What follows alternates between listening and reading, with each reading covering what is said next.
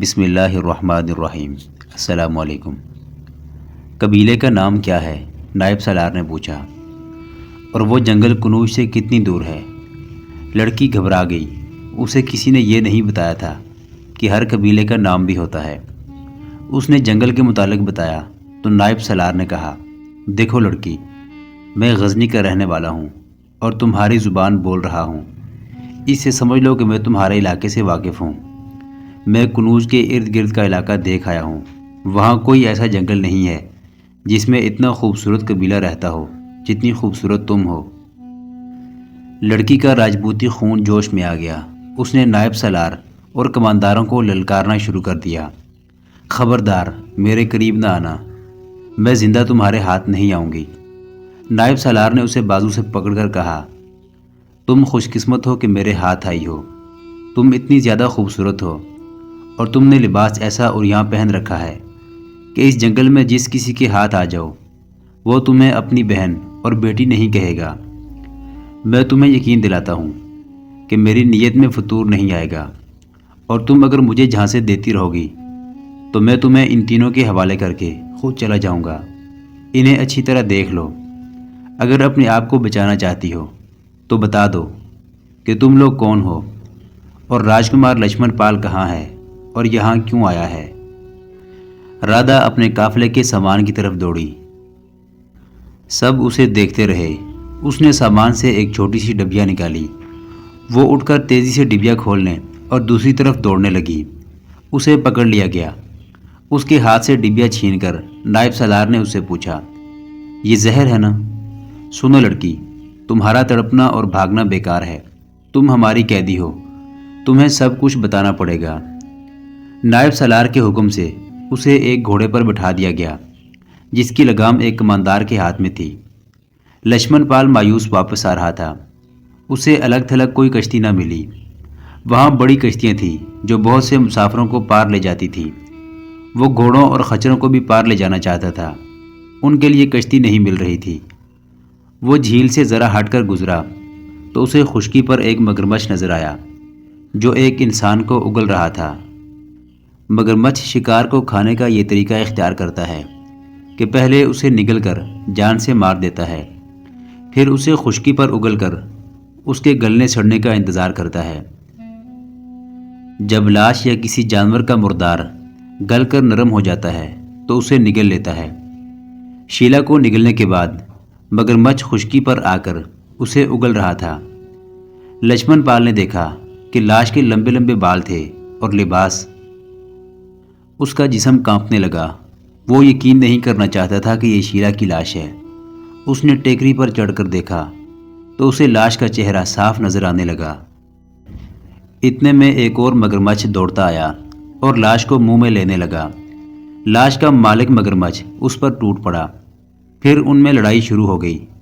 آخر ایک نے شیلا کی ایک ٹانگ منہ میں لے لی اور دوسری ٹانگ دوسرے نے منہ میں لے لی۔ انہوں نے زور لگایا تو لاش سیدھی کھڑی ہو گئی۔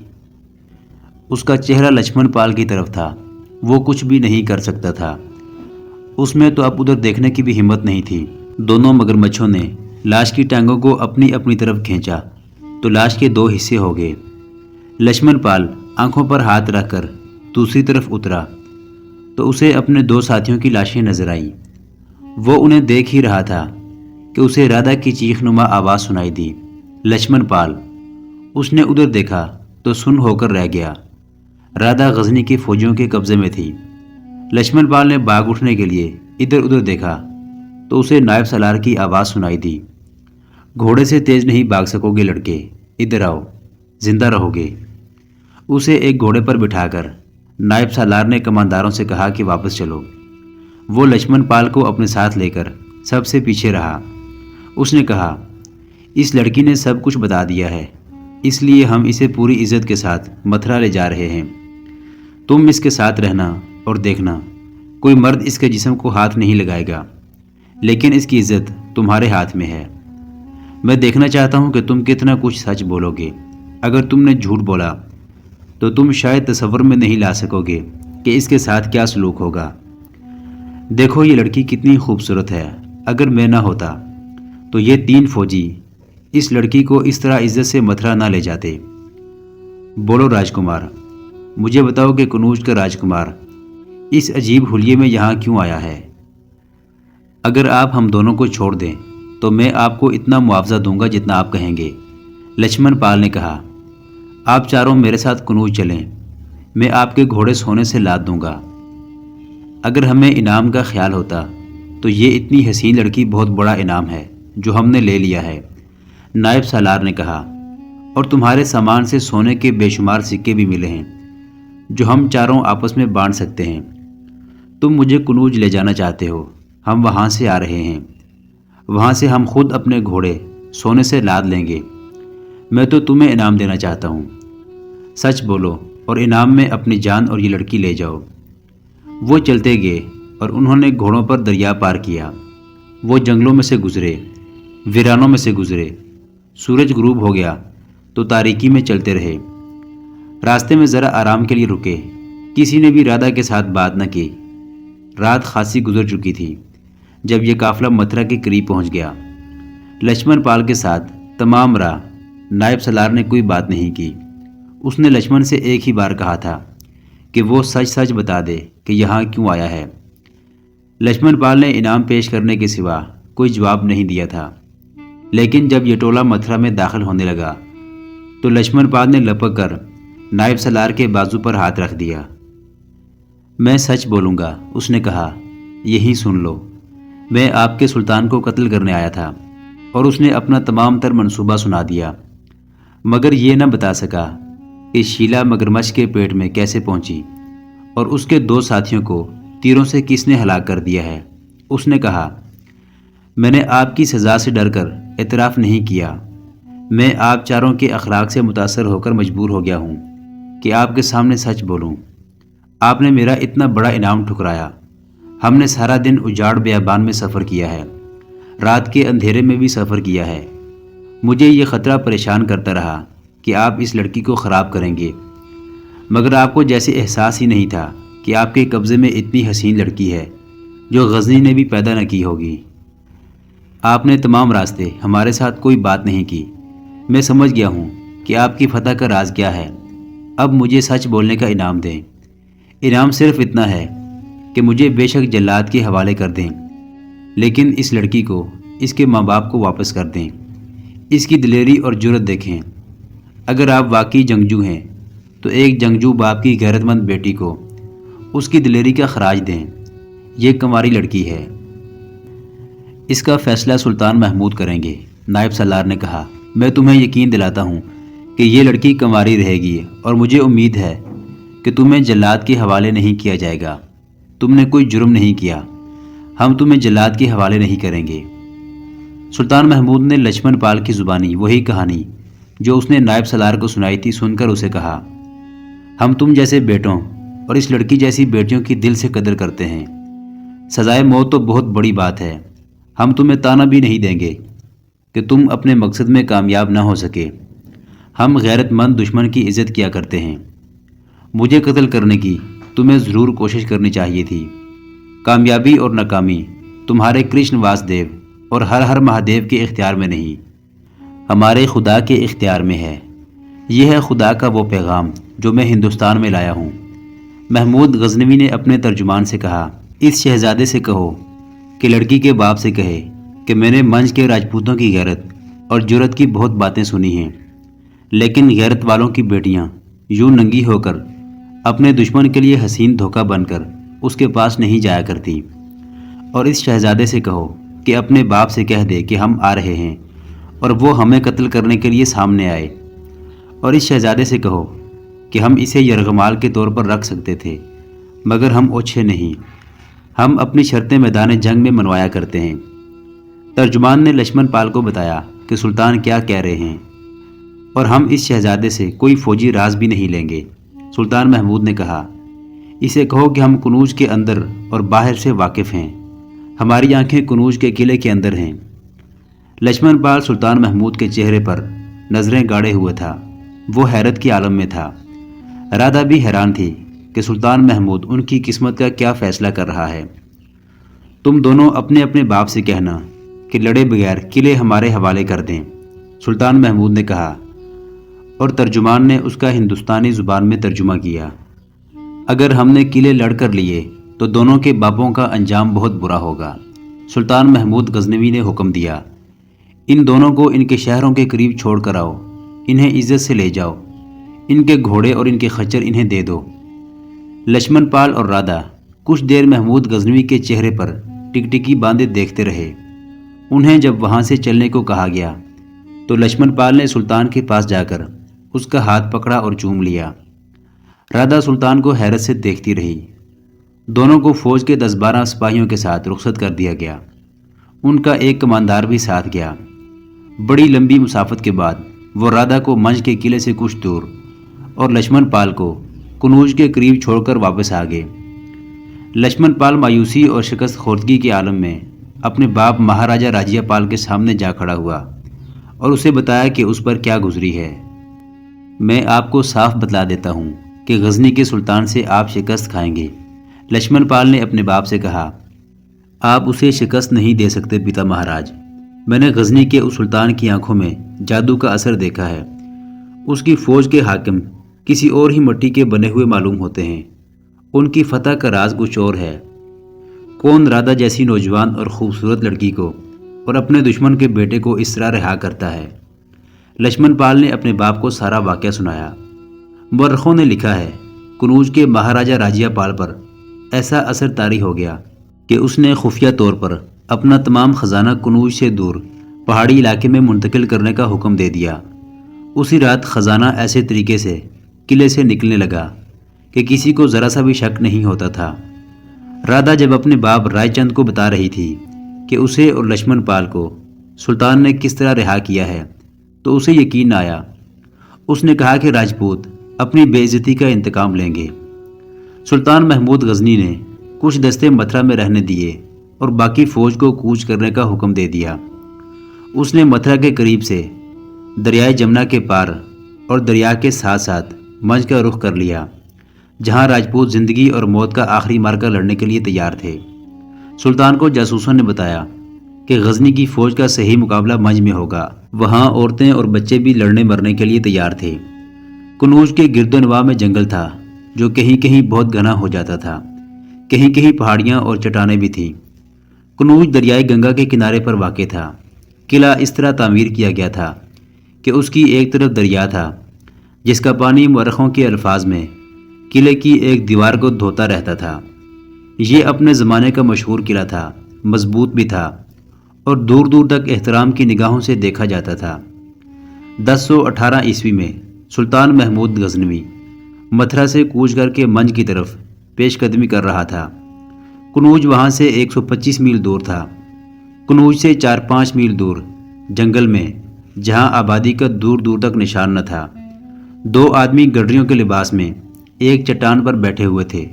سورج غروب ہونے کو تھا۔ ایک نے دوسرے سے کہا، رات یہیں گزار لیتے ہیں، آج تیسرا دن ہے، ہم کنوج کے قریب سے ہو آئے ہیں۔ ایک نے کہا، ہمیں کنوج کی یا کسی اور ہندو مہاراجہ کی فوج نظر نہیں آئی۔ کیا کنوج کی فوج اس وقت باہر آئے گی جب ہماری فوج قریب آ جائے گی؟ ہمیں اپنی فوج کے آنے تک اس علاقے میں رہنا ہے طلال بھائی۔ دوسرے نے کہا، یا ہم اس وقت واپس جائیں گے جب ہمیں کنوج کی فوج نظر آ جائے گی۔ سلطان کو بتایا گیا ہے کہ وہ جب منج کا محاصرہ کر لے گا تو کنوج کی فوج عقب سے حملہ کر دے گی۔ سلطان کو یہ بھی بتایا گیا ہے کہ ہماری فوج کا مقابلہ منج اور کنوج کے درمیان ہوگا۔ ہمیں معلوم کرنا ہے کہ کنوج کی وہ فوج کہاں ہے جسے ہماری فوج پر عقب سے حملہ کرنا ہے۔ معلوم ہوتا ہے تم تنگ آگے ہو۔ نہیں سالے، طلال نے کہا، میں اتنی جلدی تنگ آنے والا نہیں۔ میرا خیال ہے مہاراجہ کنوج باہر آ کر لڑنے کی جرت نہیں کرے گا۔ یہی تو معلوم کرنا ہے کہ وہ ایسی جرت کرے گا یا نہیں، سالے نے کہا۔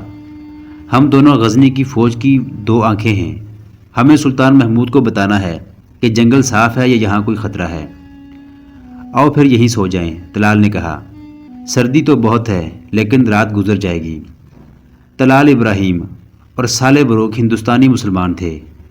صالح بروک ان عربوں کی نسل سے تھا جو محمد بن قاسم کے ساتھ ہندوستان میں آئے اور یہیں آباد ہو گئے تھے، اور طلال ابراہیم کے آباء و اجداد کا مذہب کچھ اور تھا۔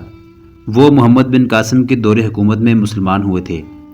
اب ہندوستان میں محمود غزنوی کی جنگی مہارت اور بت شکنی کا سلسلہ شروع ہوا تو غزنی کی فوج کو انٹیلیجنس کے لیے ہندوستان کے مسلمان باشندوں کی ضرورت محسوس ہوئی۔ یہ عام قسم کی فوجی بھرتی نہیں تھی کہ ہر اس جوان کو بھرتی کر لیا جاتا جو تیغ زنی اور گھڑ سواری کی سوجھ بوجھ رکھتا تھا۔ جاسوسی کے لیے ایسے افراد کی ضرورت تھی جو دماغی لحاظ سے غیر معمولی طور پر تیز اور ذہین تھے اور جو اداکاری کی مہارت رکھتے تھے اور جو کئی روز تک ہر قسم کے موسمی حالات میں جنگلوں، پہاڑوں، صحراؤں اور میدانوں میں تندرست رہنے کی اہلیت رکھتے تھے۔ سب سے بڑی خوبی یہ دیکھی جاتی تھی کہ ان کا کردار پختہ ہو اور لالچ کتنا ہی دلکش کیوں نہ ہو اسے قبول نہ کریں۔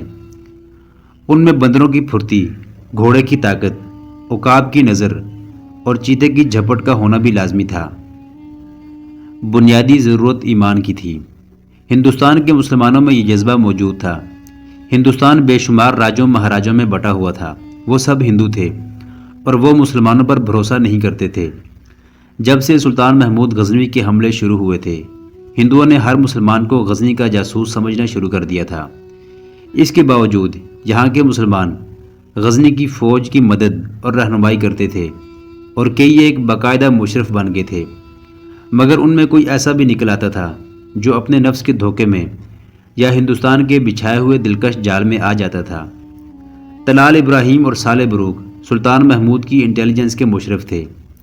سلطان محمود کو متھرا میں بتایا گیا تھا کہ اس نے جس آسانی سے متھرا فتح کر لیا ہے اتنی آسانی سے کنوج کا قلعہ سر نہیں کر سکے گا، اور جب دریائے جمنا کے کنارے پر واقع منج نام کے قلعے کا محاصرہ کرے گا تو کنوج کی فوج اس پر عقب سے حملے کرے گی اور اسے دریائے گنگا اور جمنا کے درمیانی علاقے میں لڑنا پڑے گا، جس میں اس کی شکست کا امکان زیادہ ہے۔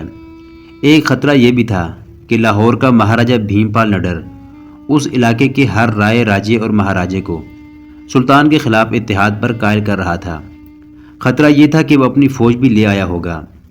سلطان محمود کی فوج مسلسل لڑ کر تھک چکی تھی، فوج کی نفری زخمی اور شہید بھی ہوئی تھی، اور یہ فوج اپنے مستقر غزنی سے 3 ماہ کی مسافت جتنی دور تھی۔ وہ بہت بڑے خطرے میں آ گیا تھا۔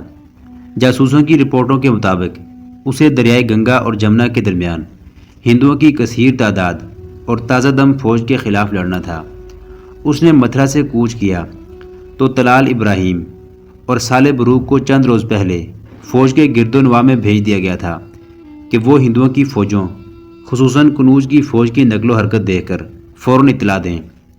دونوں کو اس علاقے میں غریب اور خانہ بدوش گڈریوں کے بھیس میں گھومتے پھرتے 3 دن ہو گئے تھے۔ انہوں نے بلند درختوں اور پہاڑیوں پر بھی چڑھ کر دیکھا تھا، انہیں کسی فوج کا نام و نشان تک نظر نہیں آ رہا تھا۔ انہوں نے دریائے گنگا کو بھی دیکھا تھا، انہیں فوج کی کوئی کشتی نظر نہیں آئی تھی۔ ان دونوں میں طلال کچھ اکتایا سا لگ رہا تھا۔ عربی نسل کا صالح بروق پہلے روز کی طرح تر و تازہ تھا، وہ اپنے فرض سے کوتاہی نہیں کرنا چاہتا تھا۔ نومبر کا مہینہ تھا اور اس علاقے میں سردی خاصی زیادہ ہو گئی تھی۔ وہ چٹان پر ایسی جگہ لیٹ گئے جہاں سرد ہواؤں سے بچنے کے لیے اوٹ موجود تھی۔ رات کا پہلا پہر گزر چکا تھا جب صالح بروق کی آنکھ کھل گئی۔ وہ کچھ آوازوں سے جاگ اٹھا تھا۔ وہ جس چٹان پر سوئے ہوئے تھے ان کے نیچے ان کے قریب ہی سے کچھ لوگ گزر رہے تھے، گھوڑوں کے ٹاپو بھی سنائی دے رہے تھے۔ صالح کو روشنی بھی نظر آئی۔ وہ کروٹ بدل کر پیٹ کے بل ہو گیا اور چند گز آہستہ آہستہ رینگ کر آگے ہو گیا، جہاں سے اسے اپنے نیچے ایک عجیب قافلہ گزرتا دکھائی دیا۔ سب سے آگے 2 آدمی مشعلیں اٹھائے چلے جا رہے تھے۔ ان کے درمیان ایک تنومند آدمی تھا، اس کے لباس سے پتہ چلتا تھا کہ پنڈت ہے۔ اس کے پیچھے 5 خچریں جا رہی تھیں جو ایک دوسری کے پیچھے بندھی ہوئی تھی۔ اگلی خچر کی لگام پنڈت کے ہاتھ میں تھی۔ سب سے آخری خچر کے ساتھ ایک لمبی رسی بندھی ہوئی تھی۔ خچروں کے پیچھے 7-8 آدمی تھے، ہر ایک نے یہ رسی پکڑ رکھی تھی اور ایک ہاتھ اپنے سے اگلے آدمی کے کندھے پر رکھا ہوا تھا۔ عجوبہ یہ تھا کہ پنڈت کے سوا ہر آدمی کی آنکھوں پر سیاہ پٹی بندھی ہوئی تھی اور وہ اندھوں کی طرح آہستہ آہستہ چلے جا رہے تھے۔ مشعلوں والے آدمیوں کی بھی آنکھوں پر سیاہ پٹیاں بندھی ہوئی تھی۔ پنڈت تھوڑے تھوڑے وقفے سے کہتا جا رہا تھا، چلے چلو، میں دیکھ رہا ہوں، راستہ صاف ہے۔ یہ عجیب و غریب قافلہ آہستہ آہستہ جا رہا تھا۔ خچروں پر لڑکی کے بکس لدے ہوئے تھے۔ سالے بروک رینگ کر اپنے ساتھی طلال ابراہیم تک آیا، اسے جگایا اور اس کے کان میں سرگوشی کی کہ رینگ کر اس کے ساتھ آئے۔ اب دونوں نے اندھوں کا یہ قافلہ دیکھا۔ انہیں کچھ پلے نہ پڑا کہ یہ کیا ہے۔ 40-50 گز آگے جا کر یہ قافلہ رک گیا۔ وہاں ایک اور چٹان دیوار کی طرح سیدھی کھڑی تھی۔ طلال اور سالے چٹان کے اوپر دبے پاؤں چلتے وہاں تک چلے گئے جہاں قافلہ رکا تھا۔ دونوں وہاں چٹان پر ایک درخت کی اوٹ میں لیٹ گئے۔ قافلہ اس چٹان اور ساتھ والی عمودی چٹان کے درمیان رکا ہوا تھا۔ مشعلوں کے شعلے بہت بڑے تھے۔ طلال اور سالے کو وہاں دوسری چٹان میں ایک خلا نظر آیا جو نیچے سے اوپر تک چلا گیا تھا۔ خلا یا شگاف اتنا فراخ تھا کہ ایک خچر اس میں سے آسانی سے گزر سکتی تھی۔ پنڈت نے ایک مشعل بردار کے ہاتھ سے مشعل لے لی اور بولا، سب یہیں کھڑے رہو، میں واپس آ کر تمہیں آگے لے جاؤں گا۔ پنڈت شگاف میں چلا گیا اور بائیں کو چٹان کی اوٹ میں ہو گیا۔ کچھ دیر بعد نظر آیا، مشعل کی روشنی میں اس شگاف میں سے پیچھے چٹان کی دیوار نظر آئی۔ پنڈت وہاں کہیں غائب ہو گیا، مشعل کی روشنی بھی کہیں گم ہو گئی۔ تھوڑے سے وقت بعد اس کی مشعل پھر نظر آئی، وہ شگاف سے باہر آ گیا۔ کوئی آدمی اپنی آنکھوں کی پٹی میں سے دیکھنے کی کوشش نہ کرے، پنڈت نے کہا۔ کسی نے پٹی ہٹانے کی کوشش کی تو اس کی سزا موت ہوگی۔ ان آدمیوں کی آنکھوں پر پٹیاں بندھی رہیں۔ پنڈت ان کے ہاتھ پکڑ پکڑ کر ان سے خچروں سے بکس اتروانے لگا۔ ایک مشعل اس نے اپنے ہاتھ میں لے لی تھی۔ دوسرے مشعل برداروں کو اس نے اپنی ضرورت کے مطابق کھڑا کر دیا تھا۔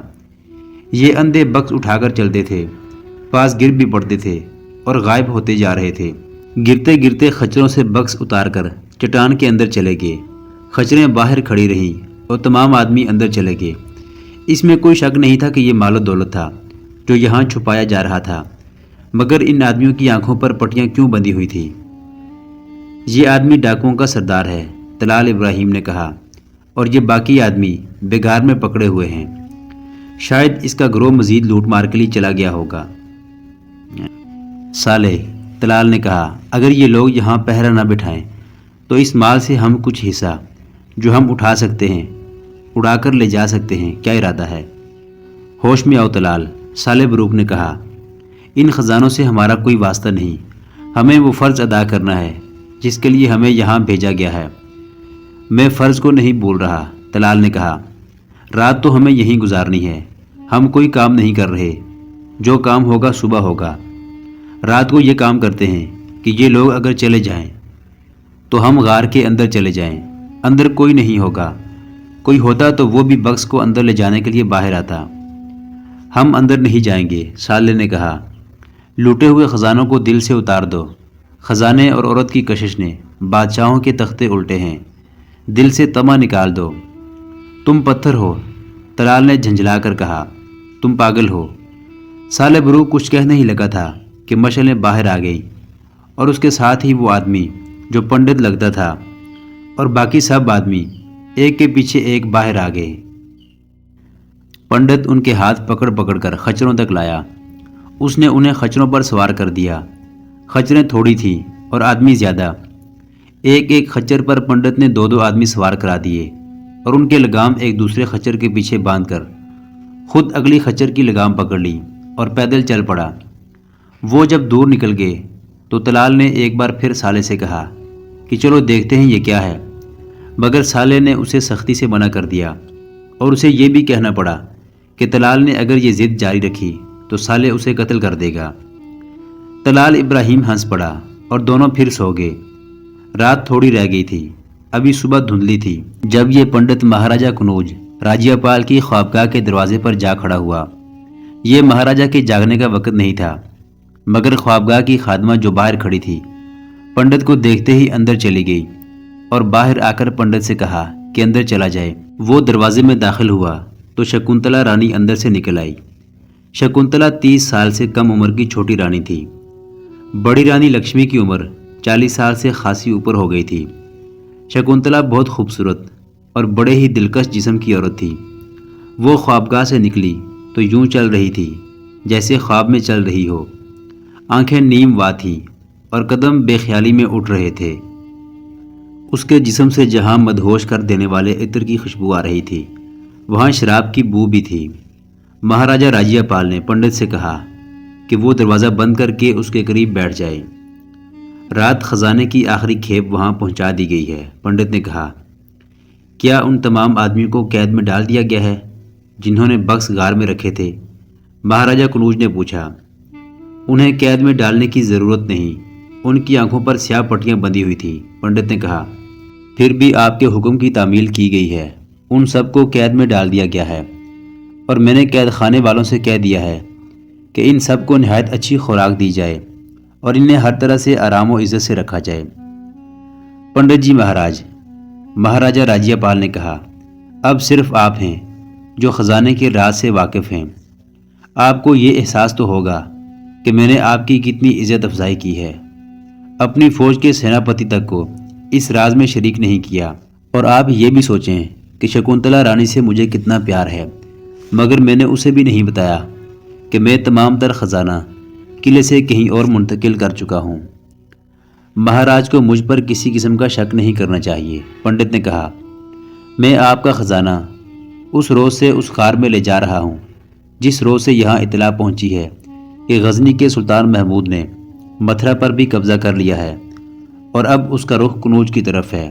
آپ خود جا کر وہ جگہ دیکھ آئے ہیں جو میں نے اس پہاڑ کے اندر بنوائی ہے۔ راج محل میں بھی کسی کو پتہ نہیں چل سکا کہ ایک رات آپ میرے ساتھ وہاں گئے تھے۔ آج میں نے آپ کے زر و دولت کی آخری کھیپ بھی اس جگہ پہنچا دی ہے۔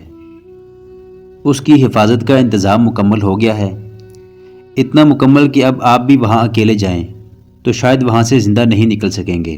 پنڈت نے کہا، وہاں پہرے پر کوئی ایک بھی انسان نہیں، سانپ پہرا دے رہے ہیں۔